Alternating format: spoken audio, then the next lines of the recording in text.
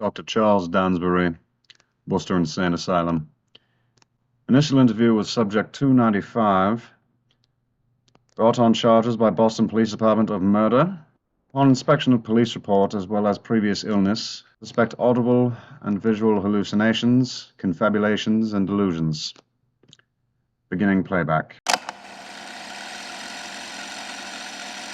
Hello, my friend. I'm Dr. Charles Dansbury.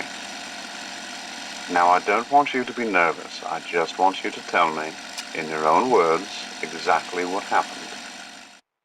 I understand you were brought in by the Boston Police Department for turning yourself in for murder. Is this true? True. Nervous? Very, very dreadfully nervous I had been, and am.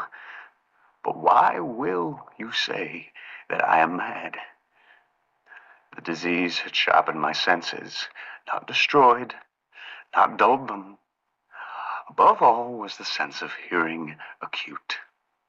I heard all things in the heaven and in the earth. I heard many things in hell. How then am I mad? Hearken, and observe how healthily, how calmly I can tell you the whole story. It is impossible to say how first the idea entered my brain, but once conceived, it haunted me day and night. Object, there was none. Passion, there was none. I loved the old man. He had never wronged me. He had never given me insult. For his gold, I had no desire. I think it was his eye. Yes, it was this. One of his eyes resembled that of a vulture, a pale blue eye with a film over it. Whenever it fell upon me, my blood ran cold, and so by degrees, very gradually, I made up my mind to take the life of the old man, and thus rid myself of the eye forever. Now this is the point. You fancy me mad.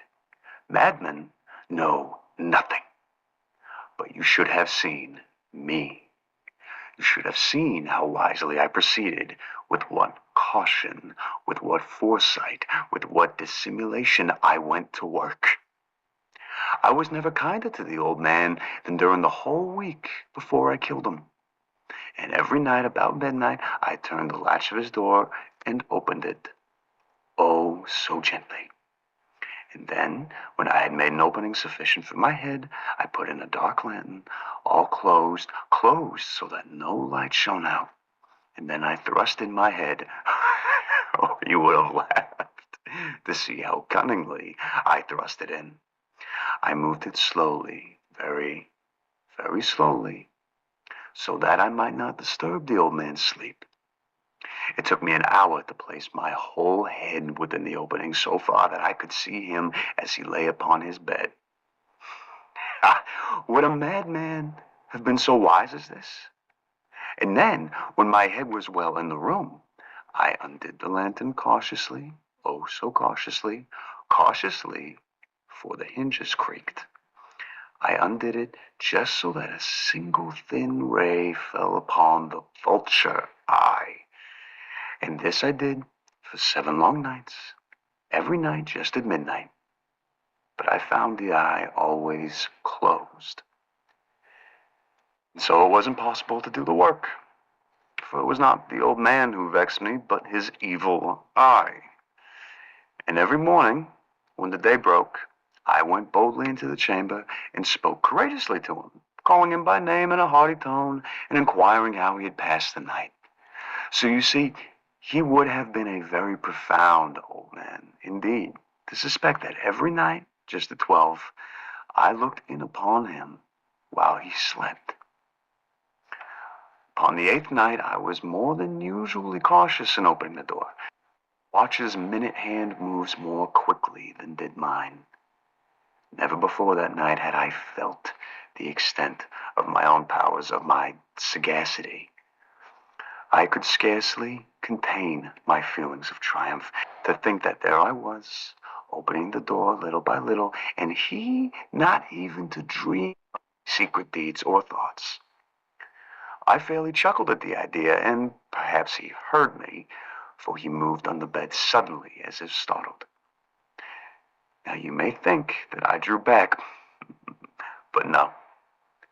His room was as black as pitch with the thick darkness, for the shutters were close fastened through fear of robbers.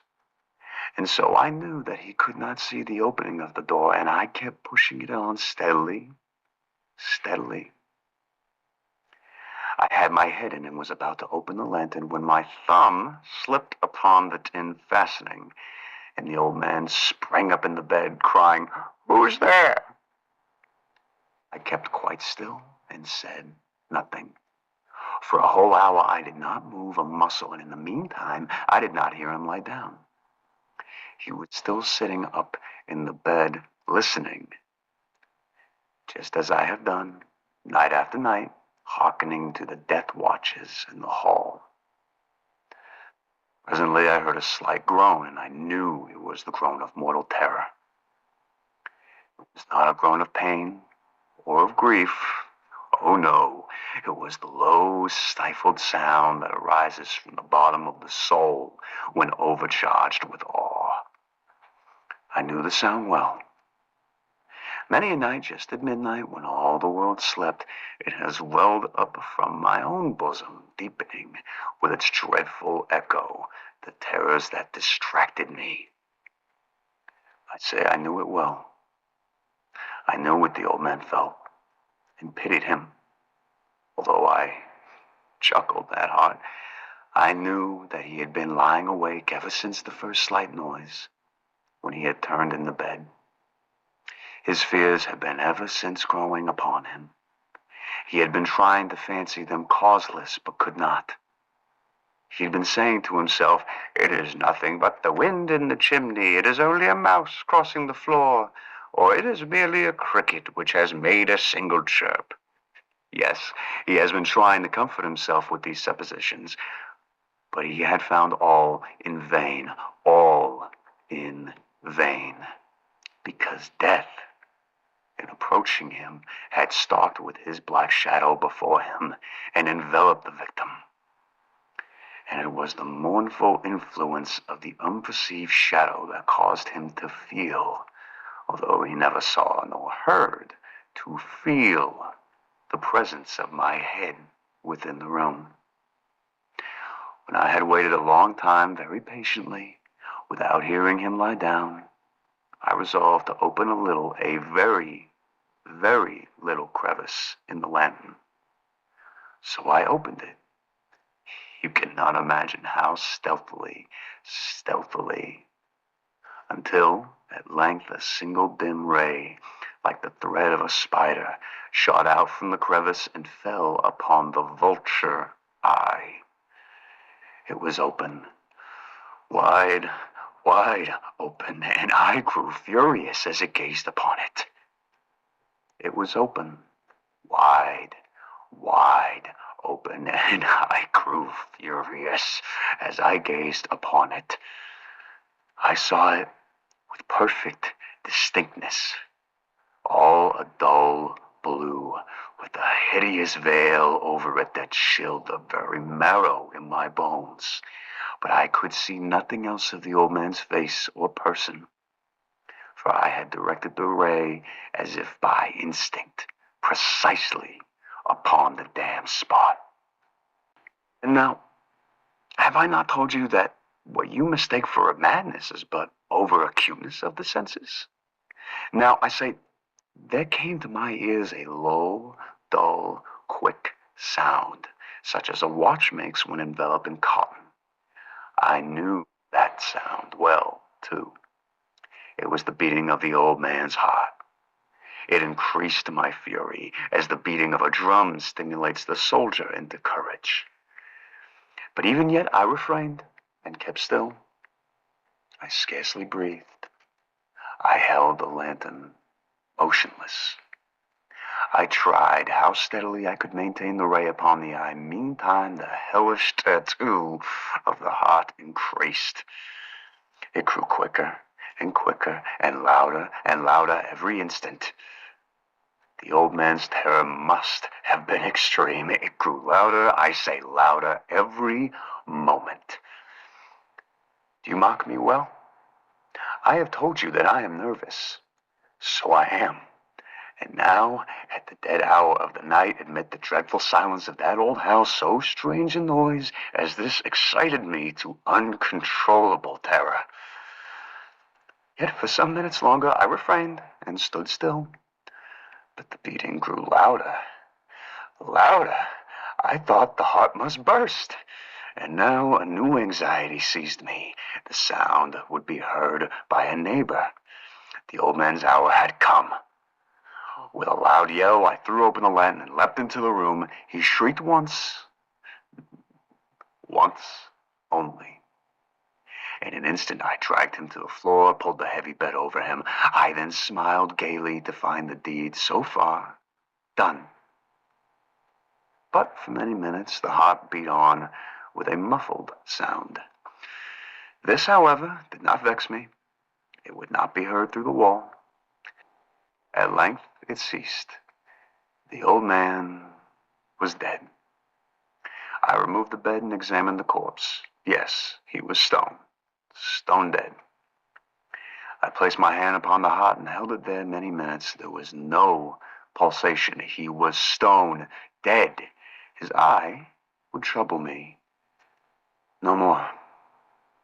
If you still think me mad, you will think me so no longer when I describe the wise precautions I took for the concealment of the body. The night waned and I worked hastily, but in silence. First of all, I dismembered the corpse. I cut off the head and the arms and the legs. I then took up 3 planks from the flooring of the chamber and deposited all between the scantlings. I then replaced the boards so cleverly, so cunningly, that no human eye, not even his, could have detected anything wrong. There was nothing to wash out, no stain of any kind, no blood spot whatsoever. I had been too wary for that. A tub had caught all. When I had made an end of these labors, it was 4 o'clock, still dark as midnight. As the bell sounded the hour, there came a knocking at the street door. I went down to open it with a light heart, for what had I now to fear? There entered 3 men, who introduced themselves with perfect suavity as officers of the police. A shriek had been heard by a neighbor during the night. Suspicion of foul play had been aroused. Information had been lodged at the police office, and they, the officers, had been deputed to search the premises. I smiled, for what had I to fear? I bade the gentleman welcome. The shriek, I said, was my own, in a dream. The old man I mentioned was absent in the country. I took my visitors all over the house. I bade them search well. I led them, at length, to his chamber. I showed them his treasures, secure, undisturbed.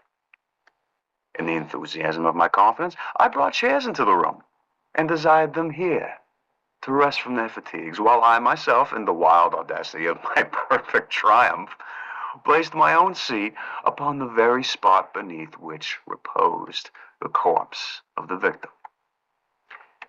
The officers were satisfied. My manner had convinced them. I was singularly at ease. They sat, and while I answered cheerily, they chatted of familiar things, but ere long I felt myself getting pale and wishing them gone. My head ached, and I fancied a ringing in my ears, but still they sat and still chatted. The ringing became more distinct. It continued and became more distinct. I talked more freely to get rid of the feeling, but it continued and gained definitiveness, until at length I found that the noise was not within my ears. No doubt I grew very pale, but I talked more fluently and with a heightened voice. Yet the sound increased, and what could I do? It was a low, dull, quick sound, much such a sound as a watch makes when enveloped in cotton.